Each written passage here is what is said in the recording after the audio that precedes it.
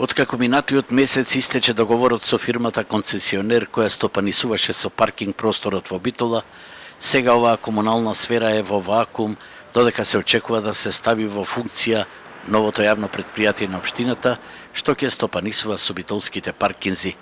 На денешната седница на Советот се очекуваше донесување на програмата за работа, систематизација и вредност на бодот за платите од идните вработени, кои допрва ќе се вработуваат по објавениот конкурс со околу 2000 паркинг места колку што ги има во Битола и со ПАЕК служба, јавното предпријатие ќе работи со самофинансирање. Планирани се 40 до 45 вработувања. Битола е поделена во 3 зони, зона А, Б и С.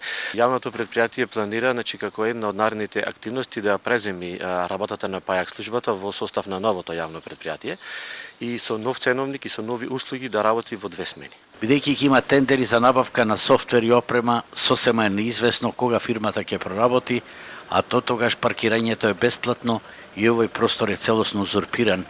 Опозицијските советници ја подсетуваат локалната власт дека на локалните избори ветува бесплатно паркирање. Немаме видено никаква анализа. Бројот на паркинг места, колку што видовме, не е зголемен, значи нема дополнителни нови паркинг места, нема најава за изградба на катни гаражи и најважно од се она што сегашната актуелната власт ветуваше бесплатен паркинг, сега ќе имаме паркинг повторно со плаќање. Барем за сега новото јавно предпријатие нема да понуди ништо повеќе од претходниот концесионер, освен што претходните вработени останаа на улица, а сегашниот избор ќе биде според мерката на оваа власт за крајно лимитираниот простор за паркирање со циркулација од 25 до 30.000 возила, ни оддалеку не се нуди вистинско решение.